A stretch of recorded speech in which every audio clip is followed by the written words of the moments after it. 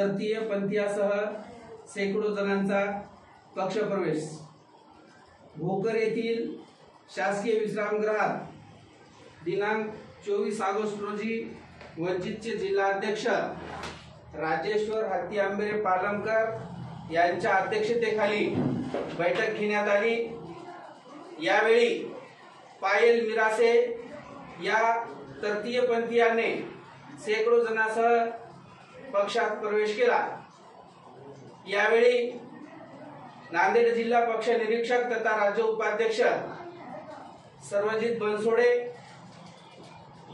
OBC नेते अविनाश भोसीकर, प्राध्यापक राज सोनसळे, तालुका अध्यक्ष दिलीप राव, शहराध्यक्ष शेख रहीम, उपाध्यक्ष आनंदराव येडके, उपाध्यक्ष ज्ञानू चव्हाण, शिवाजी झंपलवाड, पुंडलिक कांबळे, प्रसाद शहाणे, भीमराव हानवते, गंगाधर कदम, सत्यपाल कदम, अशोक धमसे, भगवान भागाजी जाधव, उत्तम पाईकराव यांच्यासह अनेक कार्यकर्ते उपस्थित होते।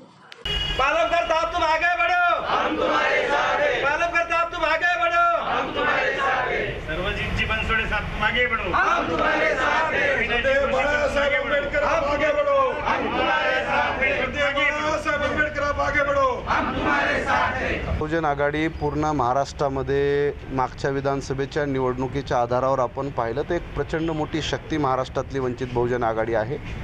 या मतदारसंघामध्ये आदरणीय नेते प्रकाश आंबेडकर साहेबांवर प्रेम करणारा लाखो लोकांचा समूह भोकर या मतदारसंघामध्ये राहत आलेला आहे। या मतदारसंघामध्ये भारिप बहुजन महासंघ असताना श्रद्धेय बाळासाहेब आंबेडकरांचे उमेदवार दुसऱ्या तिसऱ्या क्रमांकाची चांगली तगडी लढत या मतदारसंघात सातत्यानं देत आलेले आहेत।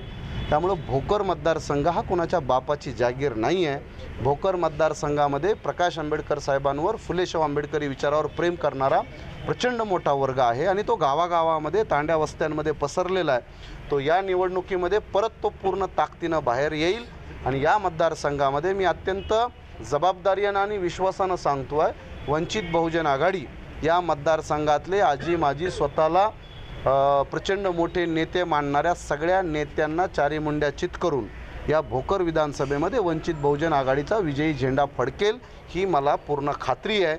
आजही आमच्या शेकडो कार्यकर्त्यांची बैठक झालेली आहे प्रातिनिधिक स्वरूपामध्ये। प्रत्येक गावाखेड्यातले वस्तीतले नगरातले कार्यकर्ते या ठिकाणी उपस्थित आहेत। इथं आमची चांगली मजबूत बांधणी सुरू आहे। येत्या काळामध्ये वंचित बहुजन आघाडीचा आपल्याला दरारा या निवडणुकीच्या संदर्भानं दिसेल।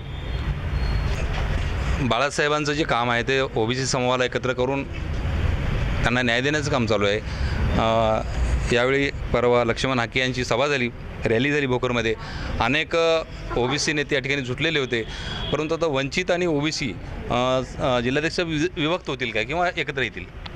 सध्या महाराष्ट्रभर बाळासाहेब आंबेडकरांनी ओबीसी ST SC आरक्षण बचाव रथयात्रा काढल्यामुळे महाराष्ट्रातील ओबीसी समाज वंचित बहुजन आघाडीसोबत मोठ्या प्रमाणात येत आहे। म्हणून आम्ही नांदेड जिल्ह्यातील 9च्या 9 विधानसभा विधानसभेचे उमेदवार देऊन मोठ्या प्रमाणामध्ये निवडणुकीमध्ये विजयी होण्याचा प्रयत्न करणार आहोत।